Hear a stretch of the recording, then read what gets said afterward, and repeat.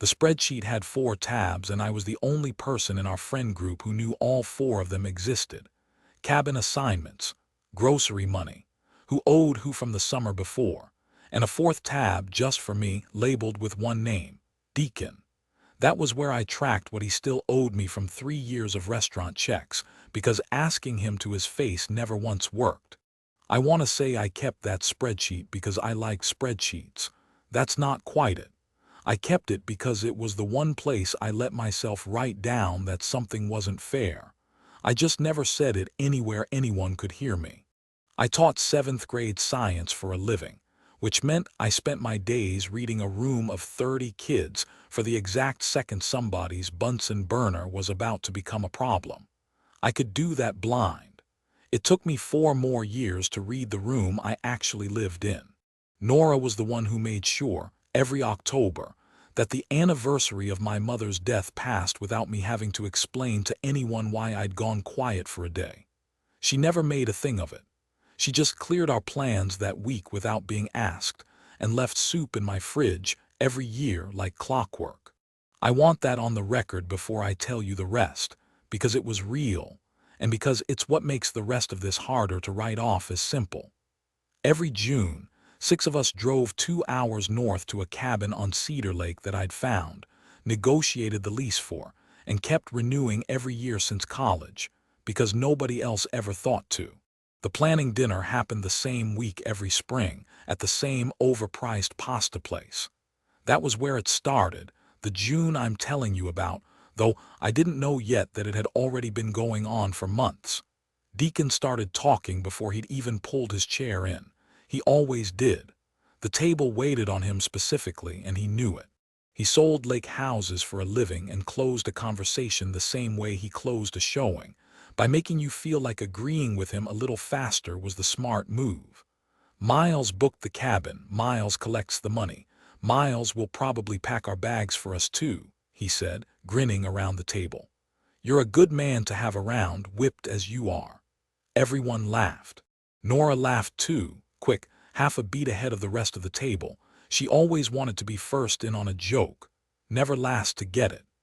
Deacon had a nickname for her, Coach, left over from some rec league softball story I'd never actually heard the ending of, and she called him Realtor of the Year back, in a voice that managed to sound like an insult and a compliment at the same time. I'd gone along with that particular backhand forth for 2 years without ever once asking how the softball story ended. I laughed along too, because that was the job. I told myself the sting was nothing, and pressed my thumbnail into the side of my water glass hard enough to leave a mark I'd still notice the next morning. The same sting I'd been calling nothing since I was 13, when my mother remarried, and I learned fast that being easy to keep around was safer than being upset out loud. Nora's phone lit up face down on the table twice fast, the way a phone does when somebody wants an answer right now. She turned it over without looking at anyone, typed something under the table and turned it back down before I'd finished my sentence. Everything okay? I asked. It's just my sister, she said, already reaching for the bread. I had a sister once text me that fast about something real. She'd been in a car accident. Nora didn't call anyone back for the rest of the night. I almost asked again. I had the second question all the way up in my throat. Since when does your sister text you like that twice? And I swallowed it, the way I swallowed most things, and passed the bread instead. Deacon wasn't only this, and I want to be fair about that because it matters later. 2 winters before, driving back from this same cabin during a dead quarter for his business, he went quiet for a long stretch of highway. Then, out of nowhere, he told me the phone stops ringing the second you stop being useful to people, and that he didn't know who he was during the weeks it stayed quiet. I never told anyone that. I'm not going to use it now either. I'm only telling you it was true, so you understand why some of what's coming cost me more than it should have looked like it cost. That night I lay awake doing what I did best, which was building somebody else's innocent explanation before they'd even needed one. Sister. Emergency. Fine. Somewhere around 2 in the morning I noticed what I was actually doing, and for the first time I let myself sit with the plain fact of it instead of finishing her sentence for her. I decided, lying there, that I was done building people's alibis for them. I didn't tell anyone that either. I just started paying attention. I was not built for this kind of thing. I once let a pizza place charge my card twice rather than make the phone call about it. But apparently, when sufficiently motivated, I could cross-reference a shared calendar against 3 months of card statements like a man auditioning for a job nobody had offered him. Once I stopped writing Nora's excuses for her, I noticed how many there already were. A calendar entry labeled only D-apt, deleted an hour after I saw it. A charge from a hardware store 2 towns over on a night she told me she was staying in. None of it was proof on its own. All of it was the same shape. I mentioned the deleted calendar entry once in passing to Farah at a group barbecue that same week. A small, strange detail you'd hand to someone you assumed had no stake in it. Probably nothing, I said. People don't delete nothing that fast, she said, and changed the subject before I'd worked out whether she meant it as agreement or a warning. I didn't think about that exchange again for weeks. 3 weeks later, at Callum's apartment for the group's Thursday game night, I made the mistake of asking a plain, practical question, mostly because I wanted to hear the couch-moving story out loud from someone else and see if it still matched. "Hey, did anyone ever pay Nora back for helping move that couch?" I asked. The table went quiet the way a room goes quiet when it already has an answer it doesn't want to give out loud. "It's really that deep for you," Deacon said, smiling like he was doing me a favor by asking. "She helped me move one couch, man. You're allowed to just let a couch be a couch." I didn't say. "You kind of did," he said, and looked around the table like he was checking his work. A couple of people laughed, the easy, fond laugh you give a friend who's being a little much, meant to close a subject, not to wound it. Nora didn't laugh. She didn't say anything either. She looked at her plate like it had asked her a question she didn't want to answer, and that, more than the couch, more than the calendar entry, was the thing I couldn't put down for the rest of the night. "Nobody's touching their cards," Callum said, refilling a beer nobody had asked him to refill. He always did that the second a room got tense. Should I be worried, or is this a normal Thursday now? I laughed at that because it was funny and because it gave me somewhere to put my face for a second. Under the table, I folded my napkin into a square so small and so tight it left a crease across my palm. Here's the part I'm almost embarrassed to tell you. For about 2 weeks after that dinner, I talked myself into a better story. My birthday was coming at the end of July. Deacon had been cagey about the cabin dates. Nora kept taking calls in the other room. Cagey plus secretive plus my birthday adds up to one very obvious, very comforting explanation, and I wanted it badly enough that I stopped looking for a worse one. I got bold enough to fish for it directly. "You guys aren't planning anything weird for my birthday, are you?" I said to Callum, doing my best impression of a man who didn't already assume the answer. Callum went quiet in a way that meant something and said, "Why would you even ask that?" which I took, incorrectly, as a yes. I even practiced my surprised face in the bathroom mirror one night, which is a thing I only ever expected to admit to a stranger. So here we are. I drove up to the cabin 3 days before everyone else that July, the way I did every year, to open the place, fix whatever the winter had broken, and stock the kitchen before 6 adults descended on it at once.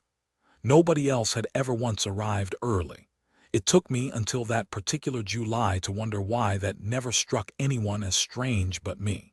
Deacon's truck was already in the driveway when I pulled in. I sat there a second with the keys still in my hand, running through the versions that made sense. Maybe he'd come to help set up.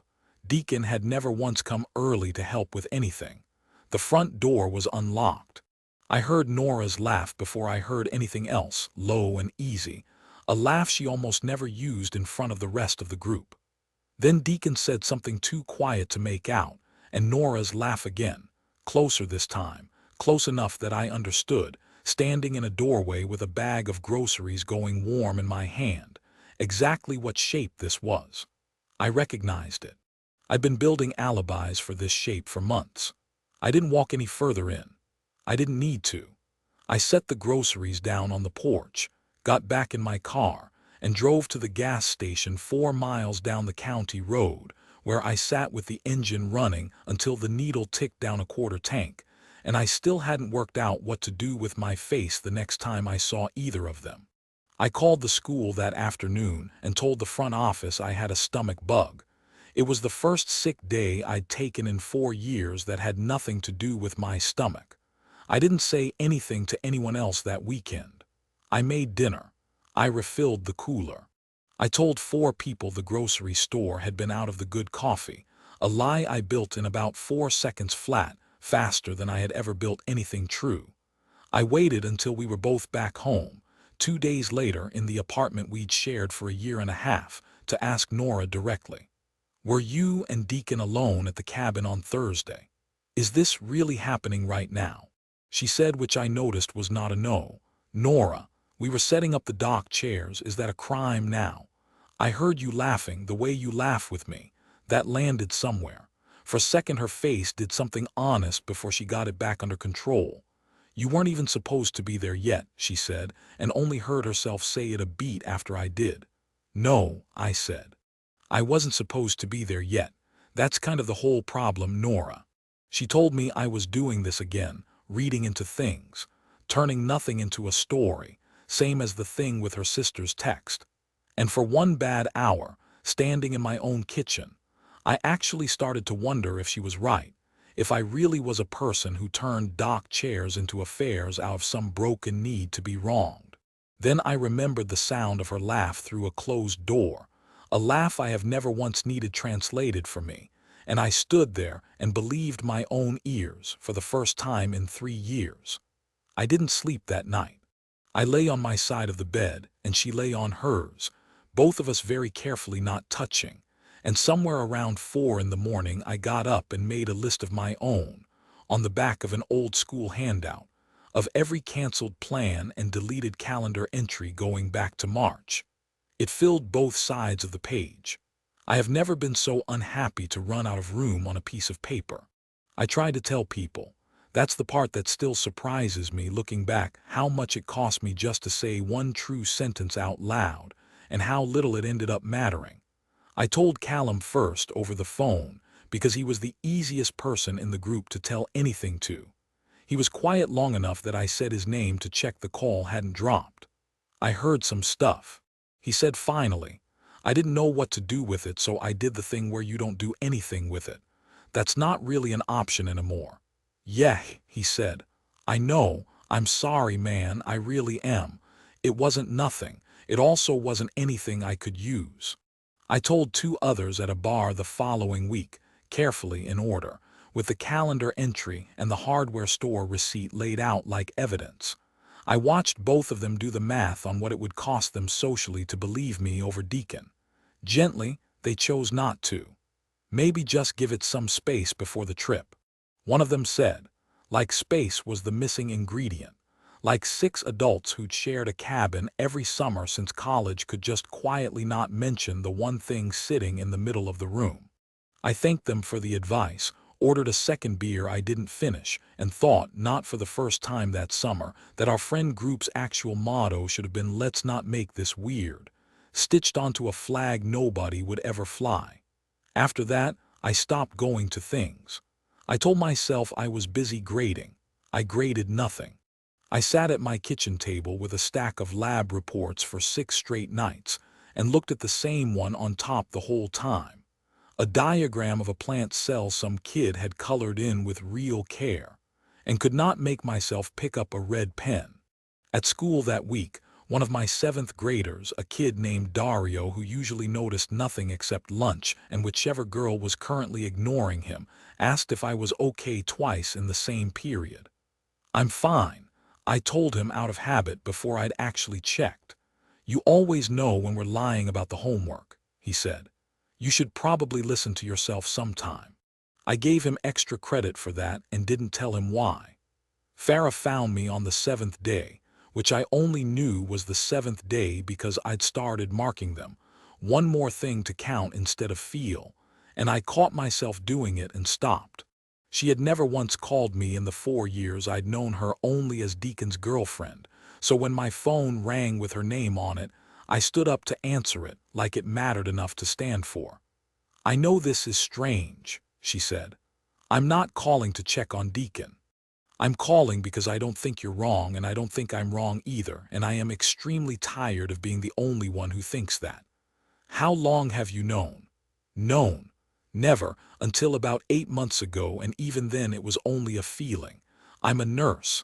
I don't call a thing a pattern until I can chart it."